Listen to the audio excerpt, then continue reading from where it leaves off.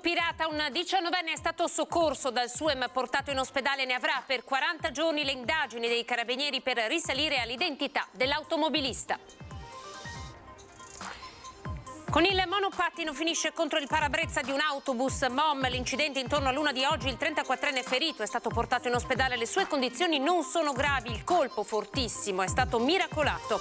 Smaltite le liste d'attesa del 2021, scatta il piano dell'ULSS 2 per risolvere le criticità del 2022, dalla cardiologia all'oculistica alla radiologia, 20.000 quelle galleggianti. Oltre 75.000 presenze anche nell'ultimo weekend di festività, trainano i saldi, soddisfatti i commercianti che dicono ben oltre le aspettative, e ora si punta al carnevale. Molecole introvabili e produzioni poco competitive sul mercato, i farmaci più comuni scarseggiano, dai mucolitici agli antidolorifici, farmacie costrette a fare rete. È morto all'età di 78 anni Giovan Battista Vaccari, storico patrono della Nordica, ha rivoluzionato il mondo delle attrezzature per sport invernali, era malato da tempo. Rifiuti di ogni genere, anche un lampadario trovati da un gruppo di ciclisti sul Montello all'altezza della presa 16, oggi sono tornati sul luogo con sacchi e furgone per ripulire tutto. Buonasera TG Treviso, ben ritrovati. Partiamo dalla cronaca e le notizie ci portano a ieri sera, dove in zona via Ronchese, quindi siamo nella primissima periferia di Treviso, un 19enne è stato travolto da un'auto pirata. Il giovane era in sella alla sua bicicletta, ne avrà per 40 giorni di prognosi. I carabinieri sono sulle tracce del conducente dell'automobile. L'incidente è avvenuto nella notte intorno all'1:30 in via Ronchese tra sabato e domenica. A terra, ferito, è rimasto un giovane 19enne di origini kosovare, investito da un automobilista che poi è fuggito senza prestare soccorso. Sul posto sono arrivati gli operatori del SUEM 118 che hanno portato il ragazzo in ospedale a Treviso, dove è stato ricoverato con una prognosi di 40 giorni a seguito delle lesioni riportate. I carabinieri stanno ora indagando sull'incidente. Da una prima ricostruzione il giovane si trovava in sella alla sua bicicletta quando è stato investito da un pirata della strada che non si è fermato ma ha continuato la sua corsa facendo perdere le proprie tracce. Sulla carreggiata alcuni frammenti dell'auto che potranno essere utili agli investigatori per risalire al responsabile. Saranno i carabinieri a far luce sull'ennesimo incidente stradale che poteva avere conseguenze ancora più gravi. Saranno visionate anche tutte le telecamere di videosorveglianza della zona per cercare elementi che possano portare all'identità del guidatore dell'auto fuggita. E avrebbe potuto finire in tragedia l'incidente che c'è stato oggi intorno alle 12:30. Siamo su Viale della Repubblica, Treviso. Un monopattino si è scontrato contro un autobus della MOM. Un incidente che avrebbe potuto avere conseguenze ben più gravi è accaduto lungo Viale della Repubblica all'incrocio con via Santa Bonavecchia. A collidere questo monopattino contro un mezzo MOM, la linea numero 55 che dal centro di Treviso prosegue proprio per il quartiere di Santa Bona. A bordo del mezzo in quel momento c'erano 10 passeggeri, tutti illesi. Ad avere la peggio il conducente del monopattino, un 34enne del Gambia che si è scontrato contro il parabrezza dell'autobus. Un botto violentissimo, l'uomo è caduto a terra. Immediatamente sono stati chiamati i soccorsi. L'ambulanza del 118 lo ha portato in ospedale. L'uomo ha riportato diverse fratture ma non è in pericolo di vita, è sempre rimasto cosciente. Sul posto la polizia locale ha eseguito i rilievi. Secondo una prima ricostruzione, il monopattino, che proveniva proprio da via Santa Bonavecchia, era diretto verso il centro quando improvvisamente avrebbe cercato di svoltare a sinistra, scontrandosi con il mezzo che proseguiva la sua corsa verso Santa Bona, al centro dell'incrocio con Viale della Repubblica. La polizia ha eseguito i rilievi e sentito i testimoni che si trovavano nell'autobus. Ha poi provveduto a gestire il traffico che, vista la giornata festiva e l'orario non di punta, non era particolarmente congestionato. Parliamo ora delle liste d'attesa. L'ULSS 2 mancano da smaltire oltre 20.000 visite galleggianti. Il direttore Benazzi: abbiamo predisposto un piano e noi ve lo raccontiamo. Smaltite nel 2022 le visite specialistiche, oltre 25.000 accumulate nel 2021. Oggi restano tutte le visite galleggianti, altre 21.102 dell'anno scorso. Noi stiamo smaltendo tutte le B, cioè tutte quelle visite che devono essere smaltite entro 10 giorni. Siamo molto in difficoltà invece su quelle a 90 giorni, chiaramente, quelle le P in particolare e le visite di controllo. L'ULSS 2 è così pensato ad un piano dove si sono riscontrate le maggiori criticità e dove mancano gli specialisti, in primis la cardiologia con visite ed elettrocardiogrammi. Dei primi di gennaio abbiamo una graduatoria chiaramente di un avviso di azienda zero, dove riusciamo a recuperare 6 cardiologi e quindi i cardiologi di Treviso che andavano a Montebelluna a turno a coprire ovviamente le esigenze di reparto, oggi possono finire perché anche a Montebelluna avremo l'organico di cardiologi pieno e per cui potremo finalmente smaltire le oltre 4.000 visite cardiologiche che abbiamo. Criticità anche per quanto riguarda le visite ortopediche, si attendono ora i nuovi specializzandi da assumere nell'ospedale di Montebelluna. E poi l'oculistica, dove stiamo facendo un piano soprattutto per le visite di controllo, in modo tale da poter come dire, smaltire un numero veramente elevato di visite oculistiche. Non ultimo, anche la radiologia sotto la lente di ingrandimento, con numeri alti anche di risonanze magnetiche. Su questo sia la Regione Veneto che noi abbiamo messo in piedi un protocollo, quindi delle linee guida, dove andremo ovviamente a specificare bene quando serve la risonanza magnetica, perché soprattutto per il lombo sacrale, che sono quelle che intasano di più le liste e che alla fine potrebbero risolversi tranquillamente o con delle terapie o comunque mandandole dal fisiatra. Mancano all'appello 15 radiologi che si spera di riuscire ad assumere quanto prima. Benazzi ha poi aggiunto che ora più che mai la sanità pubblica deve essere vicina al cittadino. Ci rendiamo conto che, visto i rincari dell'energia, visto i rincari ovviamente delle materie prime, la gente ha meno soldi e avendo meno soldi chiaramente ha bisogno della sanità pubblica per essere curata. Quindi c'è dal punto di vista nostro, dal punto di vista etico e umano, ci sarà il massimo impegno per evitare che la gente debba andare da altre parti a farsi visitare e a fare le visite. Dalle liste d'attesa i farmaci che mancano scarseggiano i più comuni, dagli antidolorifici ai mucolitici, e così le farmacie sono costrette a lavorare sempre di più in rete. Vediamo. Tantissimi cassetti di sciroppi che sono mancanti. Sciroppi mucolitici e sedativi per la tosse, ma anche farmaci antiacidità per lo stomaco, antidolorifici e antipiretici.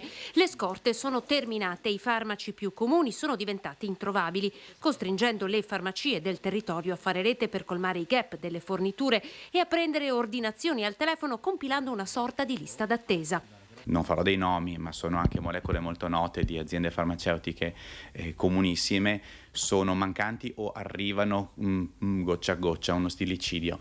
Quindi effettivamente è un po' difficile in questo momento gestire questa grande mole di mancanti.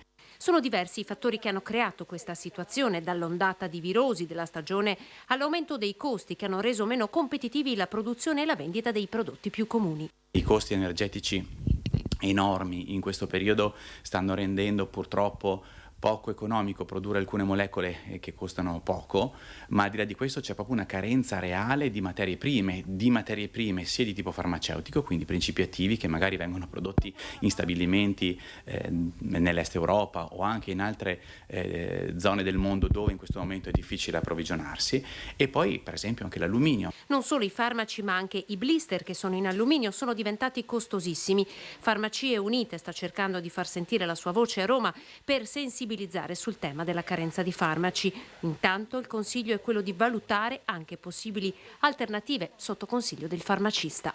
Qualora ci sia la carenza di un determinato farmaco con un nome commerciale, fidarsi del farmacista che sarà in grado tranquillamente di suggerire un equivalente o un farmaco molto molto simile in modo tale da poter soddisfare le necessità di cura del paziente. Andiamo in città, tutto esaurito a Treviso anche per l'ultimo weekend di festività natalizie. Nonostante la giornata di pioggia, comunque tanti i turisti che hanno scelto Treviso. Intervistato il sindaco Mario Conte dice di puntare già al carnevale. È andata molto bene, anche, devo essere sincero, superiore alle aspettative, presenze anche non solo di clientela locale ma anche di turisti, persone almeno da quanto ho potuto verificare io, Germania, Austria, anche qualche cliente australiano addirittura a sorpresa. Treviso piace e lo dimostrano i 75.000 ingressi registrati nel weekend che chiude le festività natalizie, un dato che replica quelli dei giorni precedenti, dove anche le strutture recettive hanno segnato il tutto esaurito. Eravamo a Venezia e siamo venuti a fare un giro anche a Treviso, perché non fare un giro anche qua, semplicemente. Di dove sei? Noi viviamo a Pisa, ma siamo siciliani, una toscana e un molisano. Siamo venuti a prendere una persona all'aeroporto. Okay. È la prima volta che vieni a Treviso? No. Cosa ne pensi della città, posso chiedere? È molto carina, ci piace tanto. Da dove venite? Dalla Polonia. Cosa ne pensate di Treviso? È proprio bello, mi piace moltissimo questo paese. Le persone, il cibo, veramente siamo felici di essere venuti qui. Di Castelfranco. Cosa ne pensa di Treviso? Io la conosco da molto, comunque è sempre una bella cittadina. Siamo vicentini. Ha scelto Treviso come mai oggi? Perché ci piace la città. Siamo turisti padovani Come mai hai scelto Treviso oggi? per la mostra di Paris-Bordon, Le è piaciuta? moltissimo. A fare i conti per primo è il sindaco Mario Conte che, concluso con oggi il lungo periodo delle festività, sta già pensando di replicare gli stessi numeri anche con il carnevale. Significa aver fatto il salto di qualità da un punto di vista turistico. Qui ringrazio davvero tutti i gestori dei negozi, dei ristoranti, delle osterie, perché si dimostrano sempre molto predisposti all'accoglienza dei turisti, lasciando il segno nei cuori di queste persone che molte volte addirittura mi scrivono per ringraziare, per portare la loro testimonianza di quanto beni sono stati. Sono convinto che questa sia la strada giusta, ovviamente raccogliamo queste soddisfazioni, ci facciamo carico delle responsabilità e cominciamo a costruire il carnevale, che sarà un carnevale altrettanto importante, divertente e vissuto. A spingere gli ultimi giorni di festa dopo l'Epifania anche i saldi iniziati lo scorso 5 gennaio. C'è stato anche chi proprio ha aspettato i saldi, ha aspettato anche che trascorresse il periodo natalizio, qualcuno ha anche addirittura azzardato qualche regalo natalizio in ritardo proprio per approfittare dei saldi. Ci spostiamo in provincia, i ladri sono tornati in azione a Farra di Soligo, dopo la notte di Capodanno questa volta è toccato anche alla sera dell'Epifania.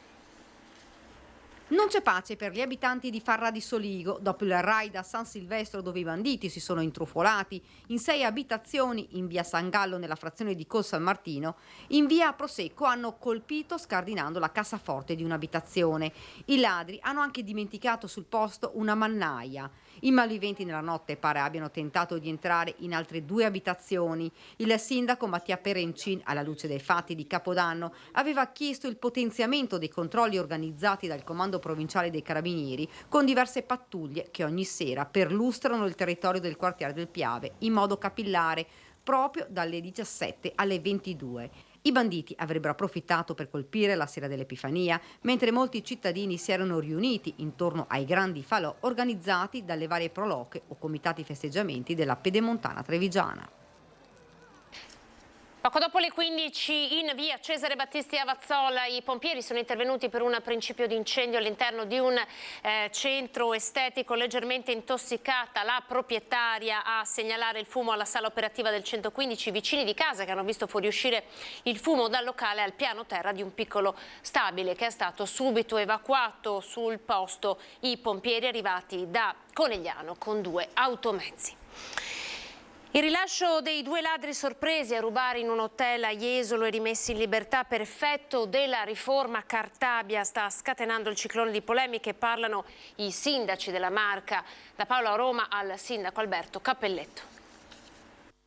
Non vorrei che poi c'è il detto, no, è più cattivo un buono che diventa cattivo che un cattivo diventa cattivo. Qui stiamo, come dire, stimolando alla giustizia, lo dico in punta di piedi, tra virgolette, alla giustizia fai da te, perché poi se il cittadino non si sente rappresentato dal mondo della giustizia potrebbe decidere di fare da solo, ecco, questo vorrebbe dire l'imbarbarimento della società. Così il sindaco di San Biagio di Callalta, Alberto Cappelletto, sulla vicenda dei 2 ladri rilasciati a Jesolo dopo essere stati sorpresi a rubare in un hotel. Liberi perché con la riforma Cartabia per l'arresto è necessaria l'immediata denuncia della vittima del furto. Abbiamo visto il caso di Jesolo, ma abbiamo visto anche altre situazioni accadute anche a San Donà di Piave, dove giustamente è stata denunciata questa situazione ovviamente che porta poi ad avere le persone degli atteggiamenti di aggressività, ma è naturale, perché se si sentono di non essere tutelati, di avere gli strumenti, io davvero ringrazio le forze dell'ordine, perché come si diceva prima fanno dell'impossibile per cercare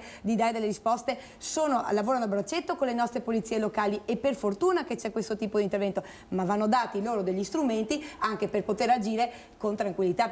La rabbia delle associazioni, dei cittadini e dei sindaci di fronte ad una situazione che rischia di esplodere. Il legislatore deve prendere immediatamente in mano questa norma e deve sospenderla, annullarla, fare quello che deve fare, ma perché chi delinque non può pensare di farla franca, soprattutto anche legittimamente, quindi non ha senso, perché hanno ragione coloro che alzano la voce, lo stiamo leggendo dai quotidiani, perché 2 giorni fa c'era lo stesso quello che lei aveva prima citato, il Fatto, ma non è l'unico caso che in questo momento è avvenuto in questo senso, ce ne sono altri, ma non devono... Sì, diciamo così che anche il legislatore può sbagliare. È necessario che a livello nazionale si intervenga per fare questo tipo di modifica, perché chiaramente si mettono in difficoltà già le attività, naturalmente con quello, ma soprattutto anche la parte dei cittadini privati.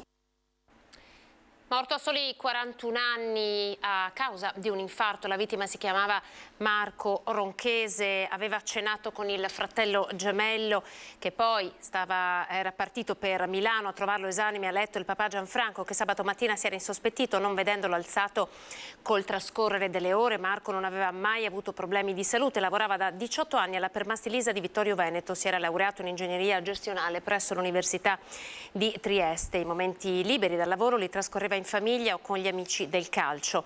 Era nella polisportiva dei 1000, poi in un gruppo informale del calcetto. Da 5 la famiglia è in attesa di vedere i risultati degli esami clinici. Ancora la cronaca con un incendio invece che divampato questa mattina. Siamo a Gaiarini, ad Albinia. Le fiamme sono scoppiate presso un'azienda di Ravanello all'interno di uno silos pieno di segature. Immediato è scattato l'allarme, l'intervento è terminato dopo qualche ora. Nessuna persona fortunatamente è rimasta ferita. Il nuovo anno è iniziato anche all'insegna dei rincari. I trevigiani sono comprensivi con il nuovo governo, dicono diamogli tempo.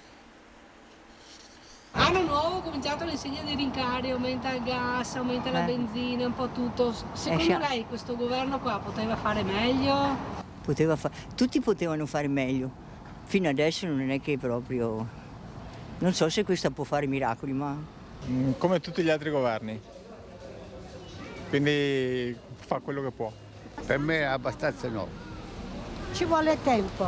Ci sono stati questi rincari che hanno messo in crisi naturalmente tante aziende, tante persone, tanti pensionati che hanno le bollette care. C'erano prima, ci saranno sempre, anche con un governo di sinistra, quindi diamogli tempo. Aumenta tutto, aumenta la materia prima, aumenta il trasporto e tutto si riflette poi sul costo finale e sicuramente si può fare di più, ma...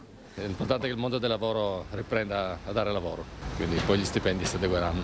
Dal mio punto di vista penso che il governo sia non all'altezza di coordinare e di svolgere la sua attività.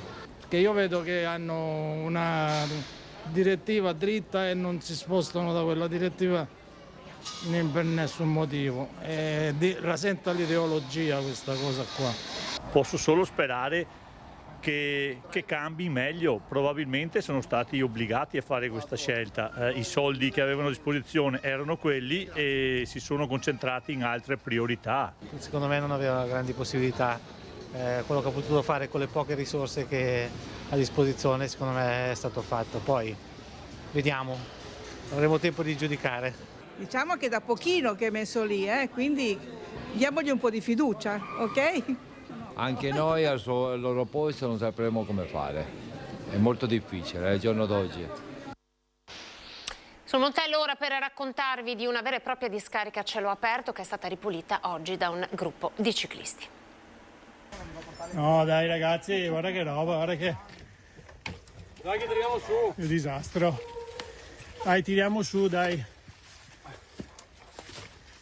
non si può, da in mezzo al Montello, in mezzo al nostro parco naturale, non possiamo non fermarci a raccogliere questa indecenza. Via Vaccari la presa è la numero 16. Quelli che vedete sono un gruppo di atleti del gruppo ciclistico Alta Marca Gravel. Erano una ventina ieri quando si sono imbattuti in questo mucchio di spazzatura, una volta abbandonato l'asfalto e risaliti lungo il bosco. E oggi, di prima mattina, in 8 sono tornati a ripulire.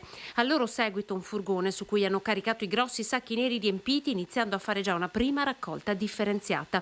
L'immondizia era abbandonata proprio in mezzo al bosco del Montello, rifiuti di ogni tipo, c'era anche un lampadario. Un lavoro che li ha impiegati per ore e domani i rifiuti saranno portati al CERD per essere smaltiti. Un gesto di civiltà e di amore per il territorio, il loro, e un messaggio chiaro perché possa essere un esempio davvero per tutti. Tutti quanti possiamo migliorare. Vorrei ringraziare i ragazzi del team AMG che oggi si sono offerti. È morto all'età di 78 anni Giovanni Battista Vaccari, storico patron della Nordica, colosso nel settore delle attrezzature per gli sport invernali di Giavera del Montello. Titta, come tutti lo chiamavano, è deceduto all'ospedale di Castelfranco Veneto dopo una lunga malattia. Vaccari, assieme al fratello Franco, si è reso celebre nel ruolo di amministratore delegato dell'azienda montebellunese fino al 1989, anno della cessione al marchio Benetton. Lascia la moglie Maria Angela e i figli Giulia e Mattia. Il ricordo del governatore del Veneto, Titta Vaccari, ha scritto la storia dell'imprenditoria e dello sport, ha reso possibile a tutti, sportivi e non, la conquista della montagna. Detto Luca Zaia, ha fatto conoscere un mondo fatto di meraviglie di pietra e neve che altrimenti rischiava di rimanere sconosciuto e impraticabile. I funerali di Titta Vaccari sono in programma mercoledì 11 alle 15 nel Duomo di Montebelluna. Siamo a Villorba ora con lo skate park che raddoppia un modo anche per intercettare i giovani del territorio. Lo skate adesso è diventato anche sport olimpico, quindi motivo in più per aver voluto con tutte le nostre forze ampliare lo skate park. Lo skate park di Villorba raddoppia con lo scopo di intercettare ragazzi problematici e quelli che non frequentano le classiche società sportive. In passato progetto Giovani di Villorba contava una trentina di ragazzi, con gli appassionati dello skateboard si è passati a 250 iscritti, numeri in crescita di anno in anno. Da un sondaggio tra i giovani il comune ha recepito il loro desiderio: avere delle nuove piste di skate dove potersi allenare. Desiderio esaudito, in molti hanno gioito per la notizia dell'arrivo di una nuova struttura, la mini half pipe, che renderà Villorba un punto di riferimento importantissimo per la scena skate veneta. Io sono da Conegliano, sto circa mezz'ora a venire qua, però sì, hanno fatto bene a farla, insomma, grazie al comune. Come vedete è uno skate molto ampio con piste di ultima generazione dove i ragazzi arrivano da Conegliano, Oderzo, Montebelluna, grazie anche alla vicinanza della stazione ferroviaria. Lo skate park di Villorba è location di annuali contest sportivi regionali e nazionali. Durante l'anno sono attive anche le lezioni per bambini e ragazzi. L'impianto è dotato di luci a LED di ultima generazione che si possono accendere e spegnere al termine dell'allenamento. È gestita interamente da loro, la accendono quando servono e la spengono quando non serve. No, fino adesso non abbiamo mai trovato i fari accesi con nessuno appunto che praticava skate e questo è senso di responsabilità. Il rientro dalle vacanze mentre si stanno segnalando diversi chilometri di coda lungo la strada Alemagna. Intanto le previsioni del tempo chiamano neve, come si suol dire, nelle Dolomiti a 2000 metri e anche a 1500 metri. Il centro funzionale decentrato della Protezione Civile regionale ha emesso un avviso di criticità per valanghe in cui è fissata la fase operativa di attenzione per il territorio delle zone Dolomiti e Prealpi, da riconfigurare a livello locale in fase operativa di preallarme o allarme in presenza di particolari situazioni di emergenza. L'allerta della Protezione Civile è per domani, tutta la giornata di domani a partire dalle 6 del mattino. E a proposito di neve, manca poco più di una settimana al ritorno su Antenna 3 della trasmissione La Nostra Storia e come ogni domenica ripeschiamo dal nostro archivio un servizio dannata che in questo caso ci racconta molto bene quasi 40 anni di cambiamenti climatici. Mentre ora assistiamo ad un anomalo inverno caldo, nel gennaio del 1986 gli sciatori a Pianezze di Valdobbiadene erano in piena attività. Queste immagini si riferiscono al primo giorno di agibilità delle piste di Monte Cesenna a Pianezze dopo 2 anni di chiusura per l'impossibilità di essere raggiunte per strada o seggiovia. Anche questa riapertura, pur non confortata da una massiccia presenza di sciatori, ma la neve era caduta solo il giorno prima, può essere il simbolo di una stagione sciistica e turistica che durante le vacanze di Natale ha fatto registrare il tutto esaurito ed un notevole aumento di presenze in tutte le località montane del Veneto. La stagione, come ormai tradizione meteorologica da molti anni, continuerà sino a primavera, ma è già possibile stilare un primo positivo bilancio. Ovunque non molta neve, ma alberghi e appartamenti esauriti. A Cortina le presenze sono salite del 7% rispetto allo scorso anno e la punta massima di presenze è salita a 35.000 tra Natale e Capodanno. A Falcade l'incremento turistico è stato del 5%, mentre vertici del 18% in più si sono avuti ad Asiago e del 20% a Bosco Chiesanuova. La neve, si diceva, è arrivata tardi, ma le abbondanti precipitazioni dell'altro ieri hanno reso dappertutto perfette le condizioni delle piste e gli operatori del settore prevedono un prosieguo di stagione ricco di soddisfazioni. Tra l'altro, nelle varie località, in febbraio e oltre sono previsti sconti, agevolazioni e combinazioni particolari che non possono che invogliare chi ha sinora preferito il tradizionale Natale con i tuoi. Ad Asiago una settimana bianca costerà da 450 a 200.000 lire, a Falcade da 350 a 150.000 lire. I prezzi sono caduti come la neve, ora non resta che calzare sci e scarponi.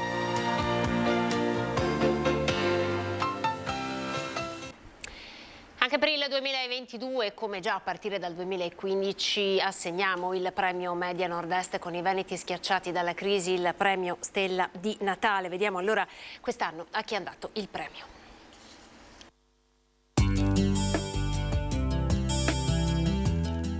Ciao grande famiglia di Rete Veneta, oggi siamo a Vo Euganeo, Vo Vecchio, e stiamo per incontrare Iole e Romano, suo figlio, perché oggi consegneremo questo premio, la Stella di Natale, a mamma Iole e a suo figlio Romano. Andiamo! Cominciamo a raccontare la storia. Tu non eri in sedia a rotelle e Romano camminava, era un ragazzo splendido. Io sono in sedia a rotelle perché mi sono fatta male nel 92 e sono caduta dalla Vespa e ho battuto la schiena addosso un palo del telefono. Nel 2002 ho dovuto andare a fare la protesi alla gamba. Nel 2003 io non avevo ancora finito di ristabilirmi, si è fatto male lui. Quindi da là abbiamo cominciato il calvario.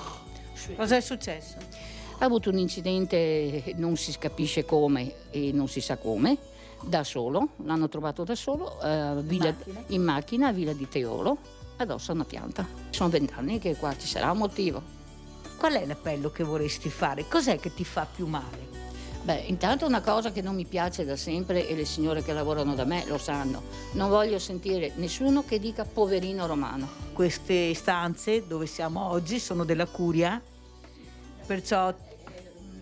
La canonica della parrocchia di Vo Vecchio me l'ha data il sacerdote, il parroco di Vo. Adesso il contratto è stato girato a nome mio, di conseguenza adesso cominceranno ad arrivare le bollette come tutte le famiglie, insomma. Ma quello che più ti spaventa sono questi servizi che non ci sono più. Questo fisioterapista che dopo la pandemia non riesce più a venire, non lo vedi più, mancano le garze, manca un po' tutto. Iole si sta un po' piegando e questo non deve succedere. Io sono qui oggi per cercare di far capire che Iole ha bisogno di aiuto. Dateci una mano, dateli una mano, perché è lui che ha bisogno. Questo è l'assegno della grande famiglia di Rete Veneta, sono 5.000 euro che ti diamo per cercare di aiutarti in queste spese eccessive. Questo è il premio di Media Nord-Est, è una stella di Natale fatta su un legno di melo con del travertino Pietrarossa, travertino rosso del maestro scultore Luciano Longo. Sindaco, cosa vuole dire?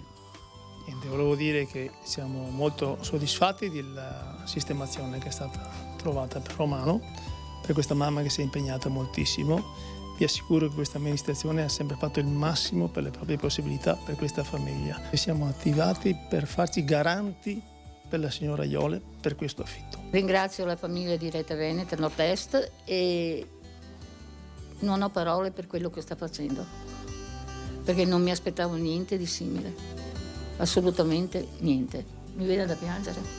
Non piangere, Iole. Io ringrazio questa grande famiglia di Rete Veneta Media Nord-Est per questo premio importante che ogni anno a Natale riusciamo a dare. Quest'anno siamo un po' in ritardo, ma ce l'abbiamo fatta anche quest'anno. Ringrazio veramente tutti voi, perché se oggi sono qui è merito vostro e grazie anche a Media Nord-Est.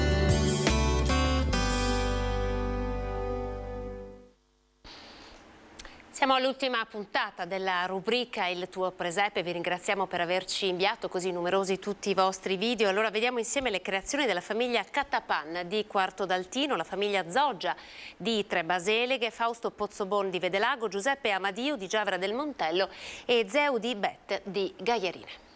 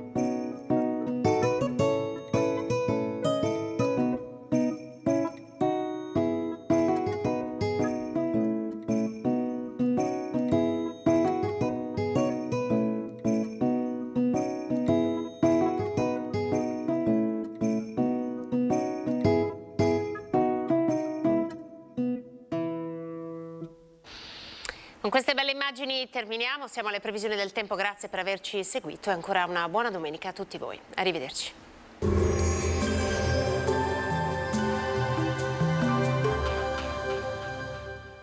Rizzardo SRL, da oltre 40 anni sul territorio con professionalità, serietà e un team competente e qualificato al servizio del cliente per ogni aspetto del fine vita dell'autoveicolo. Bentrovati al meteo. La perturbazione si sposta verso i Balcani. La tendenza per l'inizio della settimana evidenzia però ancora un tempo instabile. Il dettaglio di lunedì 9 gennaio.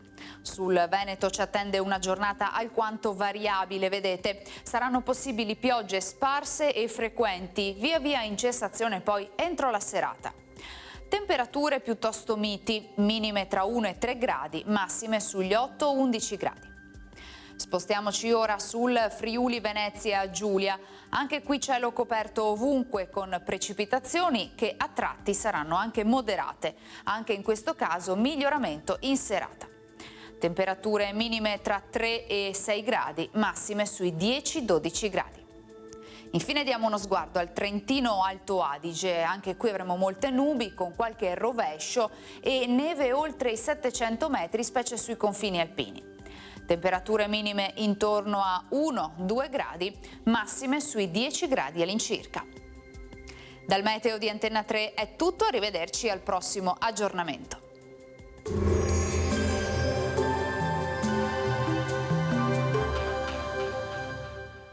Rizzardo SRL, da oltre 40 anni sul territorio con professionalità, serietà e un team competente e qualificato al servizio del cliente per ogni aspetto del fine vita dell'autoveicolo.